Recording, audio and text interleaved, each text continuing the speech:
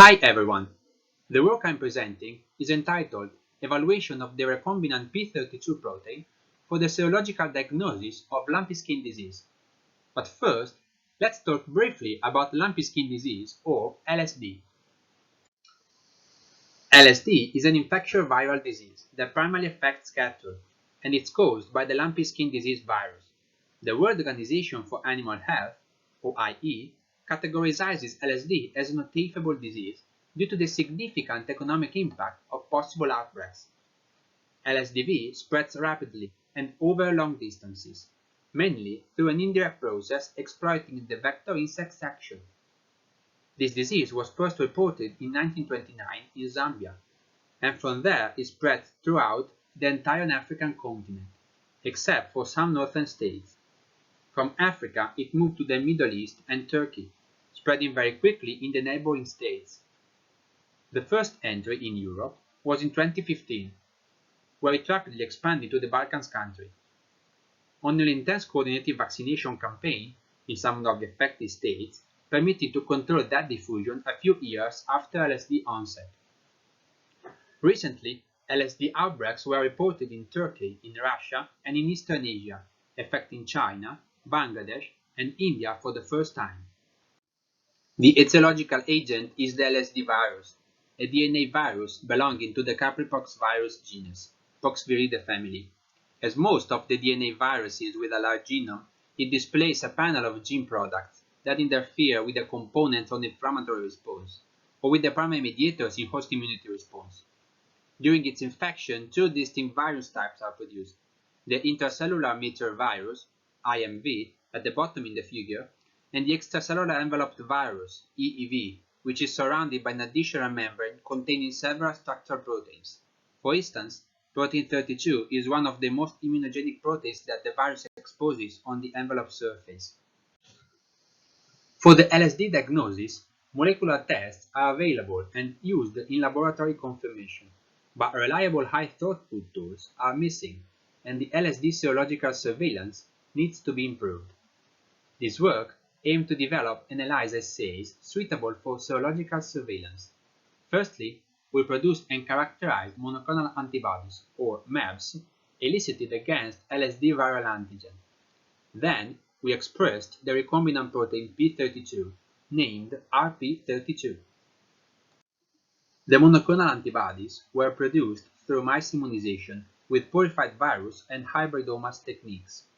The mAbs obtained were characterized by a preliminary indirect ELISA, a Western blotting, and an immunofluorescence. The p32 is a transmembrane protein placed in the viral envelope. We expressed the p32 ectodomain in E. coli cells. Shortly, we cloned the gene of interest in a plasmid vector in frame with a fusion protein. Then we transformed bacterial cells. Following cells growth and expression induction, we lysed bacterial cells in a native buffer, obtaining the recombinant protein. The protein expression was evaluated using SDS page and indirect ELISA. Therefore, we designed two trapping ELISAs, depicted in this slide. Briefly, an anti-p32 specific mAb was absorbed onto a microwell plate to catch the rp32 as crude cell lysate or the LSD virus, namely inactivated supernatant of infected cells.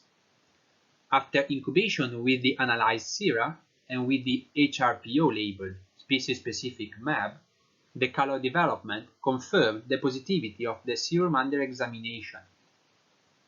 The sera panel tested in this study consisted in a total of 70 cattle sera, experimentally infected, and 200 sera obtained from different Italian livestock. In total, 75 mAbs were obtained and screened by Western blotting, resulting in 14 antibodies which recognized a 35 kilodalton protein, and a few other mAbs recognized protein at different molecular weight. The figure on the left is an example of two mAbs recognizing a 35 kilodalton protein. On the right, the same protein was also recognized, among others, by serum sample from LSDV-infected cattle. Some mAbs recognizing the 35 kilodalton protein work properly in immunofluorescence as highlighted in the bottom image, where the mAb-specific immunofluorescence signal is detectable in infected cells but not in the uninfected ones.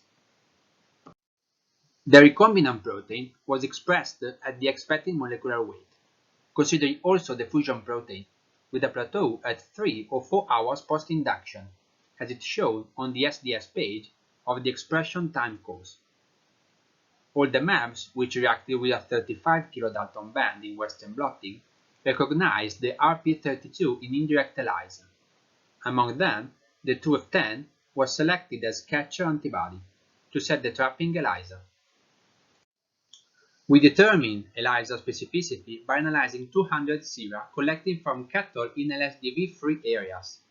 In the two graphs is shown the distribution of the optical density values obtained by the two trapping ELISAs, the one with the viral antigen on the left and the one with the recombinant antigen on the right. Considering the optical density distribution, the cutoff value for both the assays was selected, reaching 100% of specificity. In these graphs is detailed the two assays evaluation with sera from experimentally infected cattle. Colored lines represent the profile of a single animal, whose sera were collected at various times before and post-infection. On the left, it represented the sera activity analyzed in trapping ELISA with the viral antigen. Here, all the animals clearly seroconverted at 14 days post-infection. In the graph with the recombinant antigen on the right, all animals showed a clear seroconversion at 14 days post-infection, except for one animal that responded weakly. So, concluding, the mAbs obtained and characterized could be an optimal resource for further diagnostic test development and for LSDV research. The recombinant protein reproduced the antigenic properties of native viral protein, being a suitable and practical alternative to the use of the live virus. The RP32 test developed resulted almost comparable with the test using the viral antigen, discerning between LSDV infected and uninfected cattle sera, being promising tools to improve the serological surveillance of lumpy skin disease. I'd like to thank everyone who contributed to this work realization. In particular, my working group at Biotechnology Department, the colleagues at Friedrich Loeffler Institute, and of course, all of you for your kind attention.